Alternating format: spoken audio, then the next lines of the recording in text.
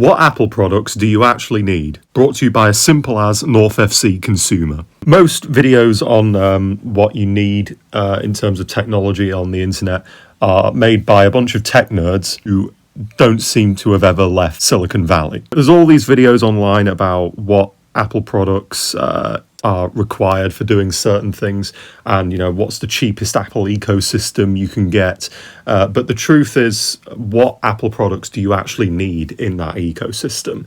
I think a lot of people buy the wrong ones, or they buy surplus that they don't need. So in this video we're going to break down very simply what everyone needs.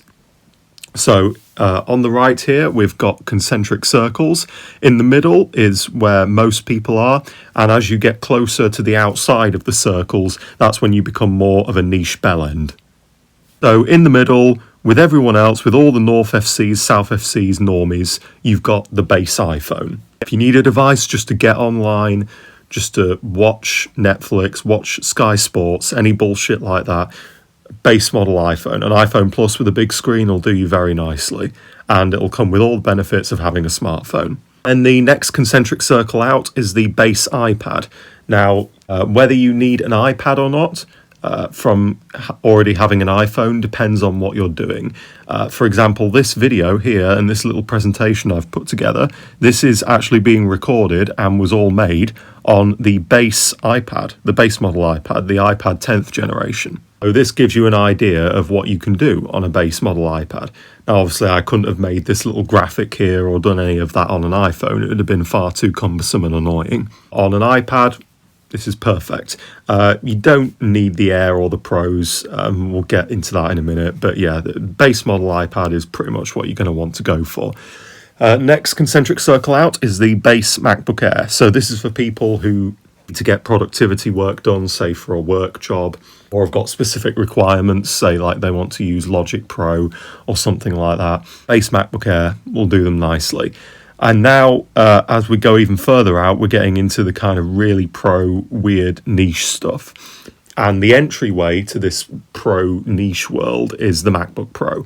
I see a lot of people out there with MacBook Pros who probably don't need a MacBook Pro. Do you really need a MacBook with fans that can, do all this hefty rendering and do all these hefty Logic projects and all this stuff? You probably don't. I see people at Starbucks with the MacBook Pro all the time. They're not using the full usability of that MacBook Pro. It's complete overkill for what they're doing. And this is a common problem that we see across all of Apple's Pro stuff, is that there's people buying these Pro products who aren't professionals. If you're not a professional, why the fuck are you buying one that says Pro on it, you retard? And obviously the next concentric circle out from there is all the other Pro stuff. And this includes the iPhone Pros as well. The amount of iPhone Pros I see out there in the hands of some Stacy or some Lauren, thrown it down the toilet a couple times and just uses it to take pictures of her ass. Like, these people don't know what a telephoto lens is. These people don't know what Apple Intelligence is. What any of that is. They just picked the most expensive one because they could. These Stacys and Laurens and these Dazes and Daves, they should all be having the base model iPhone. The iPhone Pro should only be for super camera people.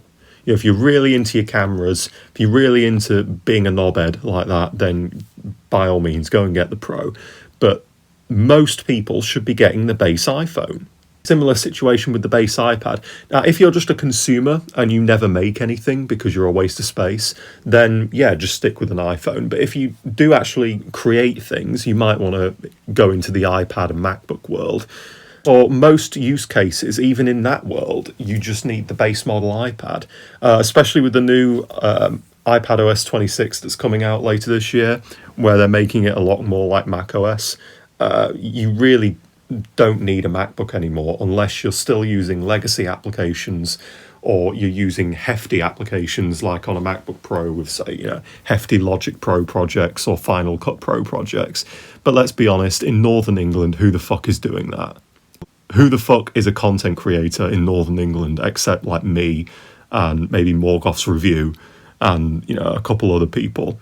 there's fucking none of us. All the content creators out there are, American Silicon Valley people.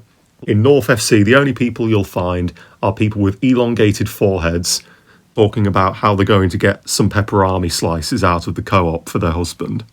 Don't waste your money. Keep it nice and simple. And remember, I made all of this on a base model iPad, and I'm going to be editing it all on a base model iPad. So that tells you everything you need to know. Don't waste your money on the pro products. Stick to the basic stuff. And the classic combo I would recommend for most people would be a base model iPhone and a base model iPad, or maybe a base model MacBook Air if you still need that MacBook functionality.